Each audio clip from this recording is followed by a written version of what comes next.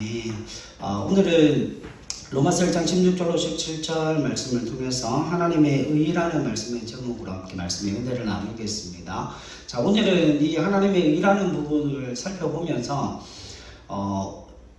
여러분 평생 잊어서는 안 되는 그 믿음의 정체성을 우리가 배우게 될 겁니다. 여러분 이거는 기도를 하시던지 여러분들의 삶을 살아가실 때도 또 우리가 우리의 삶 속에서 고난을 당할 때도 우리가 어떤 길로 인도함을 받고 어떤 길로 갈지라도 이 두 가지는 어떤 경우에도 잊어버리시면 안 됩니다. 이걸 망각하시면 예수 믿는 하나님의 사람이라고 할 수가 없어요.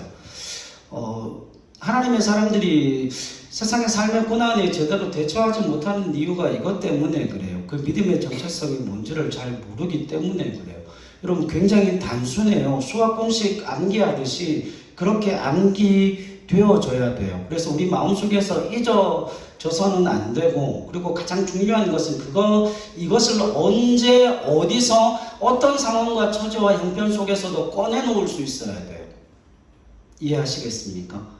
그러니까 오늘 그 본문의 말씀을 살피면서 가장 중요한 건 글로 배운 믿음이 아니고 삶의 현장 속에서 배우고 경험되어진 그 믿음을 소유하셔야 돼요. 그러니까 직접 우리의 삶 속에 어떠한 믿음요? 사용하고 꺼내놓고 드러내고 나타내고 그걸 활용하여서 그 고난을 벗어날 수 있는, 직접 살아보고 경험되어지고 직접 사용해 본 그 믿음을 가지고 계셔야 된다는 거예요.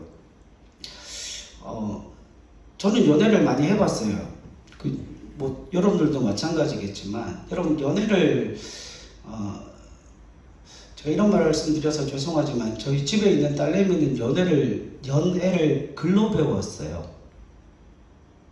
글로 배운 처자랑 그걸 직접 경험하여 체험하고 깨닫고 느낀 처자랑은 전혀 다르죠, 그죠? 그러니까 우리 집 딸내미는 꿈과 소망만 가지고 있습니다. 연애를 글로 배웠기 때문에. 근데 실제로 연애가 글로 배우는 것처럼 그런 거는 아니죠. 속이 아리고 고통스럽고 때로는 세상 생명을 다 놓아도 아깝지 않을 만큼 기쁘고 즐겁고 황홀할 때도 있지만 그건 잠깐이고, 대부분의 시간은 뭐예요? 투닥투닥 싸우고 고통스럽고 그런 거잖아요. 근데 믿음도, 많은 성도들이 믿음도 글로 배울 때가 너무 많아요.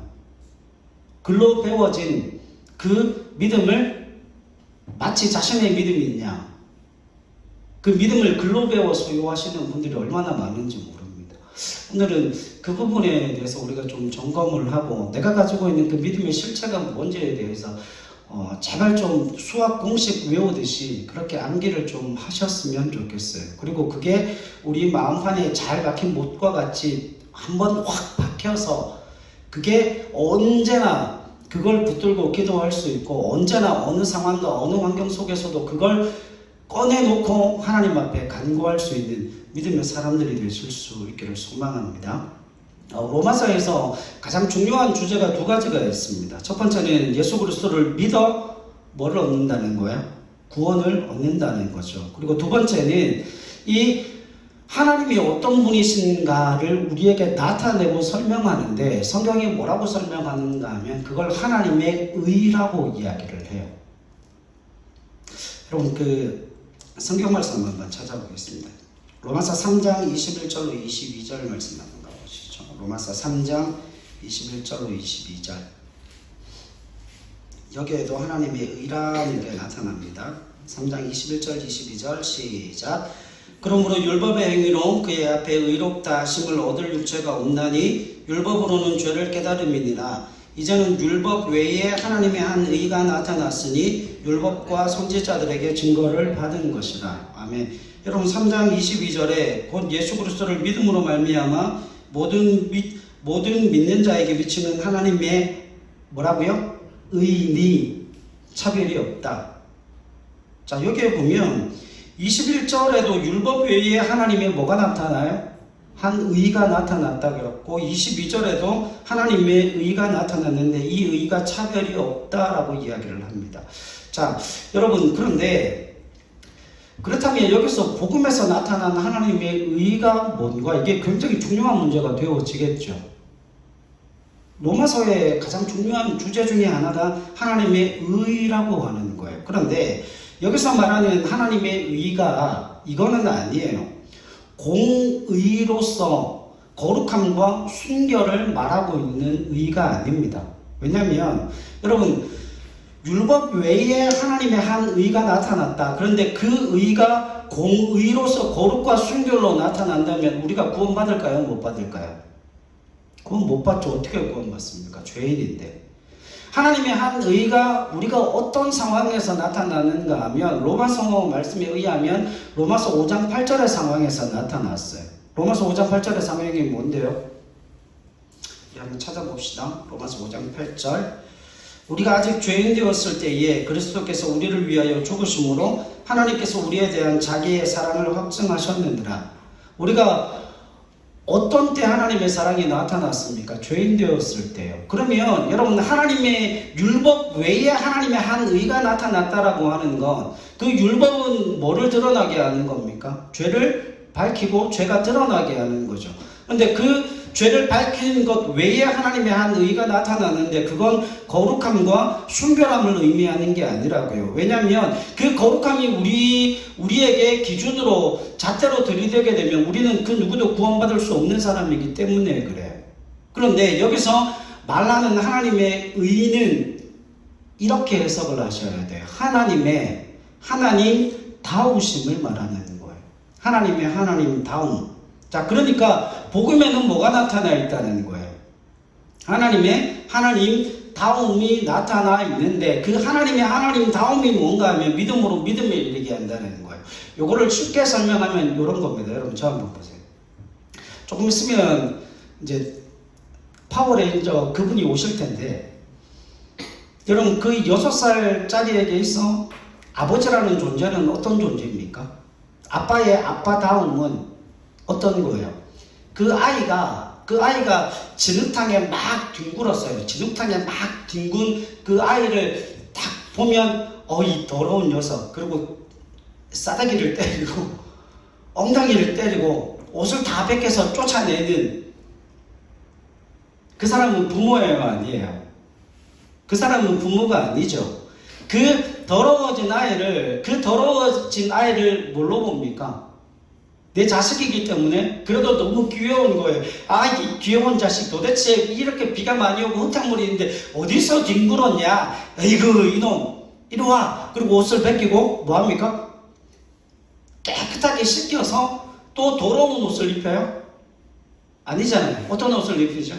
깨끗한 팬츠를 입히고 그 다음에 내복을 입히죠. 그리고 그 추운 데서 뒹굴었는데 여기 와 좀 누워있어라. 그래서 이불로 감싸주고 따뜻한 우유를 주고 먹을 것을 주고 마실 것을 주고 그게 뭐예요? 부모예요. 부모의 부모다움이 드러나고 나타나는 건 그 아이의 모든 더러움과 그 아이의 모든 연약함과 그 아이의 모든 부족과 결핍을 능히 뭐할 수 있는 거야. 안아낼 수 있다는 의미를 가지고 있습니다. 그러니까 하나님의 의라고 하는 것, 하나님의 하나님다움이라고 하는 것은 우리의 죄악을 넘어오셔서 우리에게 믿음을 주실 뿐만 아니라 그 믿음으로 능히 우리를 뭐하실 수 있다는 의미예요. 그 믿음으로 말미암아 우리에게 구원 얻는 은혜를 능히 허락하실 수 있다는 그 의미를 담고 있습니다. 그게 하나님의 의라고 하는 거예요. 그래서 율법은 죄를 드러나게 하고 율법은 우리의 수치를 드러나게 하고 율법은 우리가 구원받지 못할 그 연약한 죄인임을 드러내고 나타내서 그 율법으로 말미암아 우리가 좌절하고 낙심하고 절망할 수밖에 없지만 그 율법 외에 율법을 뛰어넘는 하나님의 하나님다우심으로 그 모든 죄악을 넘어 우리 가운데 오시는 하나님의 은혜를 우리가 누리고 맛보고 경험할 수 있다라고 하는 거예요. 조금은 이해가 되셨죠? 자, 그래서 여러분 이 하나님의 하나님다움이 제가 지난주에도 말씀을 드렸는데 우리의 잘못된 구원에 관한 잘못된 이해를 우리가 가지고 있다라고 말씀을 드렸죠. 예전에 우리는 우리의 죄값을 우리 스스로 치를 수 없었어요. 그래서 우리 앞에서 진빚을 우리가 하나님 앞에서 진빚을 갚을 수가 없었기 때문에 구원받을 수 있는 길이 우리에게는 전무했어요. 전혀 없었습니다. 근데 지금은요, 예수 그리스도께서 오셔서 우리가 진빚을 다 탕감해 주시고 이제 남은 것은 주님께서 이루어 놓으신 구원을 우리가 뭐하기만 하면, 믿기만 하면 되는 것이라고 설명을 했어요. 여러분 이거 틀렸다라고 제가 분명히 말씀을 드렸어요. 여러분 하나님께서 구원의 길을 다 제시해 놓으셨다 할지라도 우리가 그 길 갈 수 있어요? 못 가요? 못 간다라고 말씀드렸잖아요. 왜냐하면 우리가 하나님의 진노 아래에 있었다는 것, 불순종 아래에 머물러 있었다라고 하는 것은 하나님에 대한 감각이 있다는 거예요, 없다는 거예요? 하나님에 대한 감각이 전무하다는 거예요. 그래서 지난주에 제가 시체를 예로 들어 설명했잖아요. 하나님께서 구원의 길을 제시하십니다. 야, 죽은 시체야, 너 눈만 한 번만 떠봐. 눈도 못 뜨겠지. 그러면 손가락만 하나만 까딱하면 내가 너 살려줄게. 그러면 구원의 길이, 생명의 길이 제시된 거예요, 안 된 거예요? 생명의 길이 제시된 거죠. 근데 싸늘하게 죽어있는 시체가 손가락을 까딱해요, 못해요? 못해요. 그게 믿음인 거예요. 우리가 오해하기를, 그 구원을 어떻게 오해했는가 하면, 믿음을 어떻게 오해했는가 하면 주님께서 이루어 놓으신 그 구원을 믿기만 하면 구원된다, 구원받는다. 이게 복음 같잖아요. 여러분 이건 복음일 수가 없어요. 왜냐하면 그런 구원의 길이 열렸다 할지라도 내 의지를 가지고 그 구원의 길을 걸어가려면, 그래서 그 구원의 길이 우리에게, 구원의 은혜가 우리에게 주어졌다면 이 땅 가운데 그 누구도 구원받을 수 있는 사람은 없습니다. 성경은 구원을 그렇게 이야기하고 있지 않아요. 그건 복음일 수 없습니다. 성경이 말하고자 하는 복음은 이거예요. 믿음의 조건이 우리에게 있지 않다는 거예요.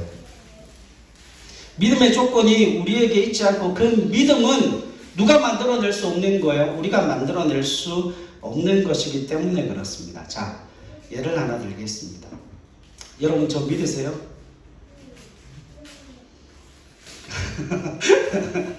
여러분 저 믿으세요? 어떻게 믿으세요? 제가 여기 처음 왔을 때 기억하는데요. 그 싸늘함, 그 비수와 같은 그 시선이 제 심장에 확 꽂혔을 때, 이걸 어떻게 해야지? 저는 아직도 그때의 그 싸늘한 공기를 기억하고 있거든요. 근데 지금은 그 공기가 완전히 달라졌습니다.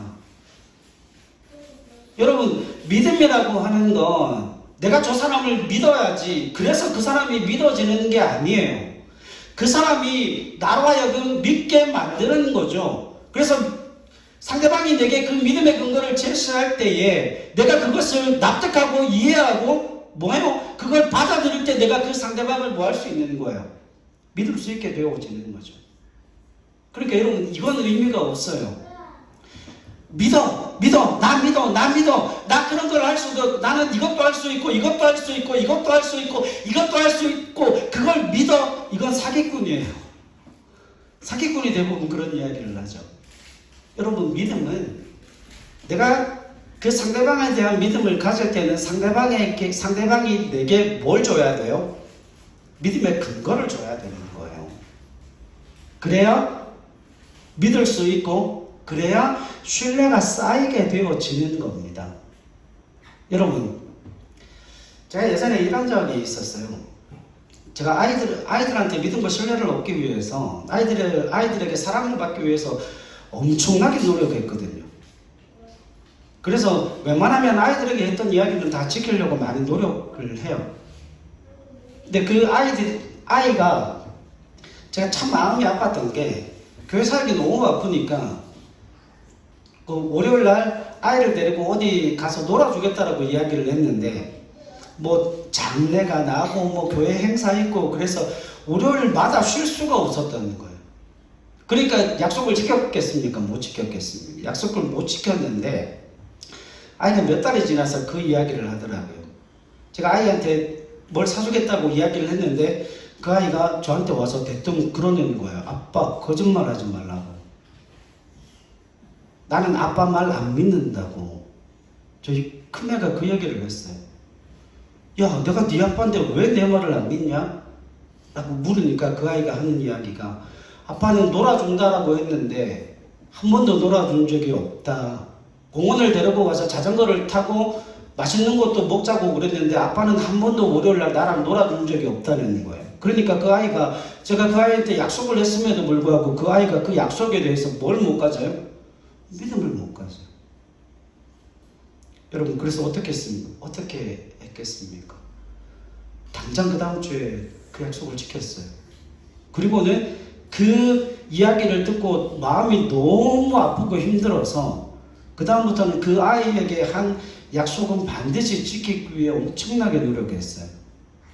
심지어는 그 아이를 훈계할 때 내가 너 뭐 초등학교 지나고 중학교 들어가고 난 이후에 대화가 통하고 말이 통하게 되면 더 이상 매를 들지 않겠다.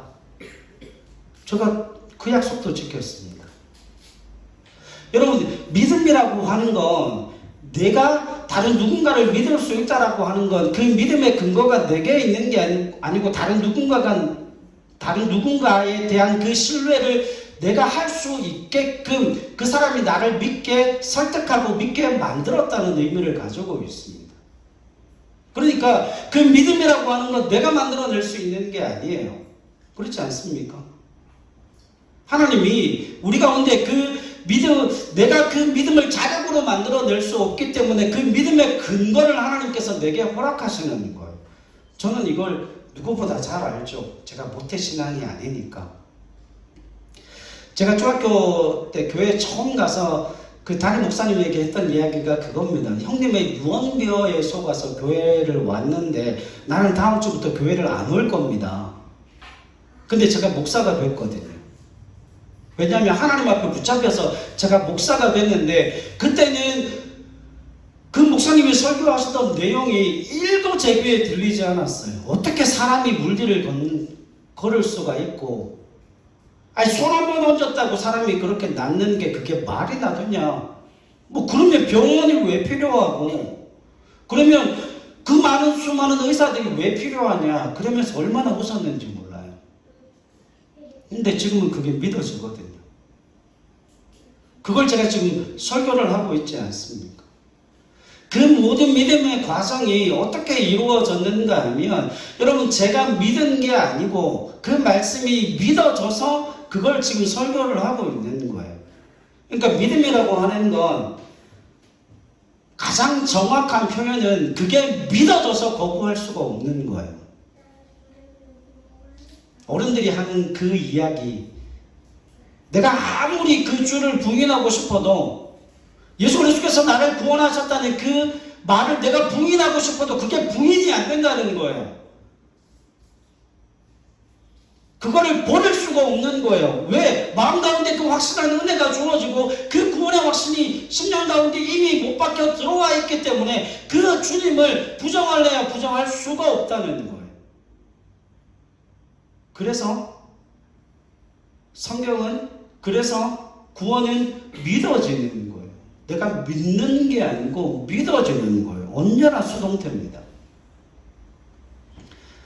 여러분 그렇다면 성경은 하나님께서 우리에게 왜 이 믿음을 요구하시나 오늘 설교하는 부분에 있어서 이게 가장 중요해요. 여러분 이 두 가지는 지금부터 말씀드리는 이 두 가지는 수학 공식으로 외우셔야 됩니다. 그래서 기도할 때마다 여러분들이 고난의 현장에 있을 때마다 그리고 우리의 삶 속에서 그 하나님의 역사를 기대하고 하나님의 은혜를 부르짖을 때마다 반드시 이걸 꺼내서 하나님 앞에 기도하고 이걸 통하여서 하나님 앞으로 가야 된다는 거예요.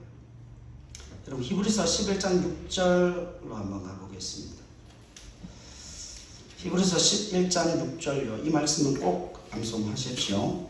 11장 6절입니다. 믿음의 핵심이 바로 여기에 있어요. 364페이지에 있습니다.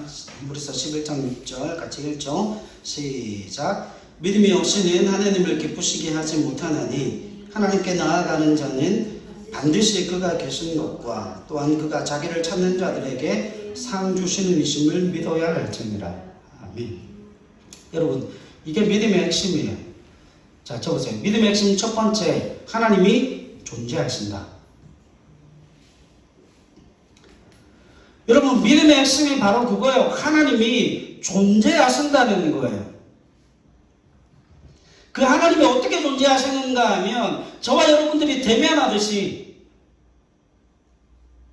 우리의 삶 속에서 우리가 돈을 내고 버스를 타고 우리가 다른 누군가를 만나서 차를 마시듯이 그렇게 하나님이 존재하심으로 나를 만나주신다는 거예요. 여러분, 이건 기도하는 사람들만이 누릴 수 있는 은혜입니다. 여러분, 기도할 때 하나님의 그 안아주심을 느끼십니까? 기도할 때 하나님께서 내 기도를 북돋아 주시고 나를 위해 기도하고 있는 그 하나님의 숨결을 느끼십니까? 이건 기도하는 사람들만이 누릴 수 있는 은혜예요. 여러분, 그 하나님이 말씀하시는 게 반드시 그가 계신 것, 이건 하나님의 존재를 인정하라는 거예요. 하나님의 존재를 믿는 거예요. 하나님이 존재하시고 하나님이 살아계시고 하나님이 이 온 우주 만물을 섭리하고 계신다라고 하는, 그래서 우리가 뭐 할 수 있다는 거죠? 우리가 그 하나님을 감백할 수 있고 우리가 그 하나님을 만질 수 있고 우리가 그 하나님의 음성을 들을 수 있고 우리의 삶 속에 동행하는 그 하나님의 역사를 경험할 수 있다라고 하는 거예요. 여러분, 하나님이 존재하시지 않다면 기독교가 무슨 의미가 있습니까?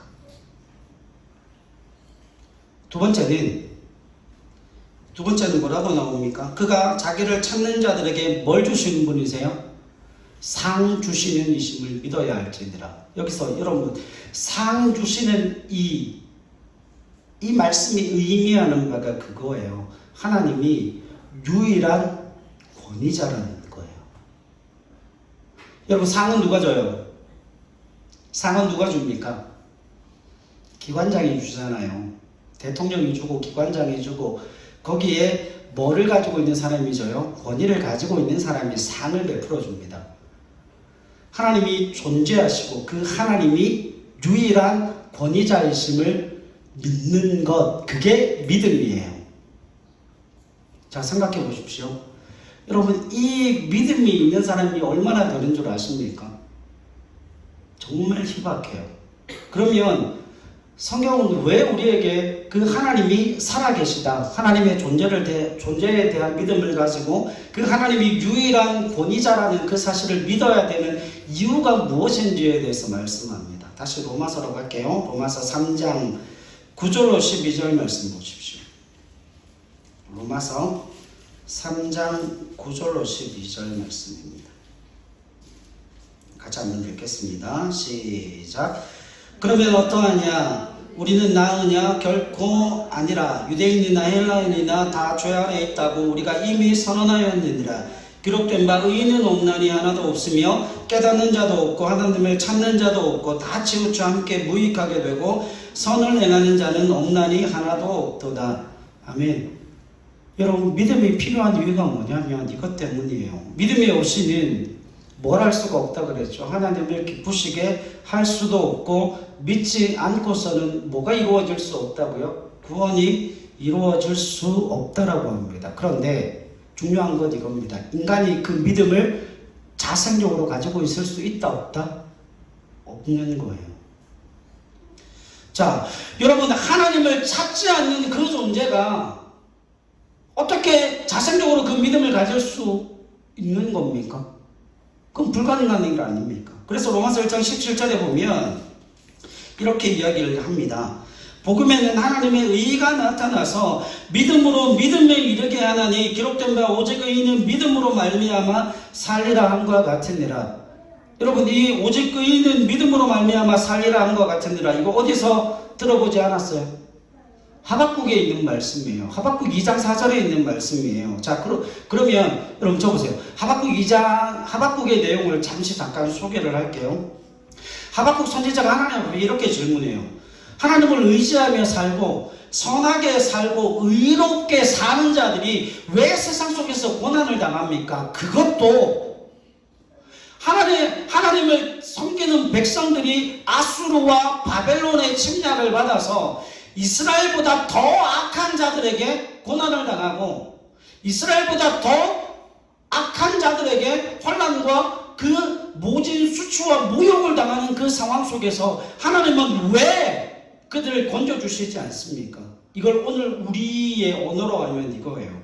하나님, 왜 지금 내가 기도하고 있는데 내 기도에 응답이 없으십니까? 왜 침묵하고 계십니까? 내가 정직하게 살고 내가 정직하게 하나님 앞에 믿음을 지켜 산 보상이 요 모양 요 꼴입니까? 이 질문을 누가 하는 거예요? 선지자가 하고 있는 거예요. 믿음으로 산 대가가 뭡니까? 그러니까 하나님의 대답이 이겁니다. 사투리를 좀 쓰겠습니다. 야야, 그것보다 훨씬 더 험악해진다. 그것보다 훨씬 더 네 삶이 어려워진다. 그리고는 하나님의 말씀, 믿음으로 살아야 된다. 여러분 뜬금없이 생각해 보십시오. 왜 내가 이렇게 힘들고 어렵게 살아야 되는 이유가 뭡니까? 하나님, 내가 믿음이 없습니까? 내가 은혜가 없습니까? 내가 간구하고 기도하고 그렇게 하나님 앞에 부르짖고 있는데 하나님 왜 그냥 내버려 두십니까? 하나님의 답, 아니야. 지금보다 더 힘들어질 거야. 지금보다 더 고통스러워질 거야. 그러니까 너는 믿음으로 살아야 돼. 여러분, 여기에 하박국의 믿음과 하나님의 믿음이 완전히 갈려요. 하나님이 하박국을 설득하기 시작합니다. 하박국식의 믿음은 이런 거예요. 하나님을 믿는다라고 하면 그 하나님을 믿는 그 믿음의 표지가 이 세상에서 나타나야 한다라고 하는 거예요. 맞습니다. 그래야 우리가 힘을 얻을 거 아니에요. 그래서 여러분, 하박국이 기도한 내용대로 악인들이 벌을 받고 믿음을 가진 자들이 뭘 받아야 돼요? 보상을 받아야 한다라고 하는 그 믿음을 누가 가지고 있어요? 하박국이 가지고 있습니다. 그런데 하나님의 답은 이거예요. 나를 믿고 사는 것에 대한 보답이 이 세상에 없다는 거예요. 너희가 보고 확인하는 그곳에 보답이 없다는 거예요. 여러분, 이걸 오해하시면 안 돼요. 하나님이 그 하박국을 방치하시고 그 이스라엘을 방치하신다는 의미가 아니에요. 믿음으로 산다라고 하는 그 의미가 뭔지를 정확하게 알아야 됩니다. 여러분, 폭력이 난무하는 그 세상 속에서 악한 자들이 정말 활개를 치는 그 세상 속에서 하나님의 보호와 하나님의 간섭과 하나님의 뜻은 그들의 폭력이나 그들의 활개침에도 불구하고 방해받거나 구부러질 수 없다는 거예요. 그래서 여러분, 의인이 믿음으로 산다라고 하는 그 의미는 이런 의미입니다. 거기에는 이미 뭐가 들어가 있어요? 하나님이 보호하시고 하나님이 지키시고 하나님이 섭리의 손길로 그 모든 삶을 인도하신다는 그 전제가 이미 놓여져 있고, 세상에 약한 자들이 일어나고 더 나쁜 나라가 일어나고 더 나쁜 역사가 진행되어진다 하더라도 하나님이 지키시고 하나님이 보호하시고 하나님이 은혜 베푸시고자 하시는 그 하나님의 계획과 하나님의 의지를 그 누구도 뭐 할 수 없다는 거예요. 꺾을 수 없다는 거예요. 자, 여기서 한 가지, 여러분 이거 잘 들으셔야 돼요. 하나님이 나를 구원하셨다고 하는 것, 내가 믿음을 가졌다라고 하는 것은 무슨 의미를 가지고 있습니까? 여러분, 내가 구원함을 받았고 내가 예수를 믿고 내가 믿음을 가졌다라고 하는 것은 이미 뭐가 존재되어져 있다는 거예요. 하나님의 그 계획과 하나님의 작정과 하나님의 의지가 내게 이루어졌다는 거죠. 하나님의 그 계획과 작정과 의지가 내게 이루어졌다라고 하는 것, 이미 하나님께서 너를 지키시고 하나님께서 너를 보호하시고 너의 모든 삶의 길에 함께 하시겠다라고 하는 하나님의 의지와 작정과 하나님의 계획이 이미 내 속에 이루어져서 내가 뭘 가지고 있다는 거예요? 믿음을 가지고 있다는 거예요. 그건 전제리에 불과한 겁니다. 그런데 보세요. 그런 하나님의 은혜가 내게 주어져서 내가 구원함을 받았어요. 내가 믿음을 가졌어요. 그런데 세상은 더 악해지고 악한 자들은 더 악랄하게 우리를 비방하고 핍박하고 우리를 무너뜨리려고 그 수많은 죄악들이 넘쳐나는 그 세상이 우리 앞에 놓여져 있다는 거예요. 그럼에도 불구하고 내가 구원받은 하나님의 백성이요, 내가 구원받은 하나님의 자녀이기 때문에 여전히 그와 같은 더 악랄한 세상 속에서 더 악한 세상의 그 삶의 환경 속에서 하나님의 지키심의 손길과 하나님의 보호하심의 손길과 하나님이 내 삶을 그 믿음으로 지켜 인도하시는 그 은혜의 손길이 끊어진다는 거예요. 끊어지지 않는다는 거예요. 여전히 끊어지지 않는다는 거예요. 그래서 하박국 3장 1절로 3절 말씀 가운데 보면 이거 중요하니까 한번 찾아봅시다. 하박국 3장 1절로 3절입니다.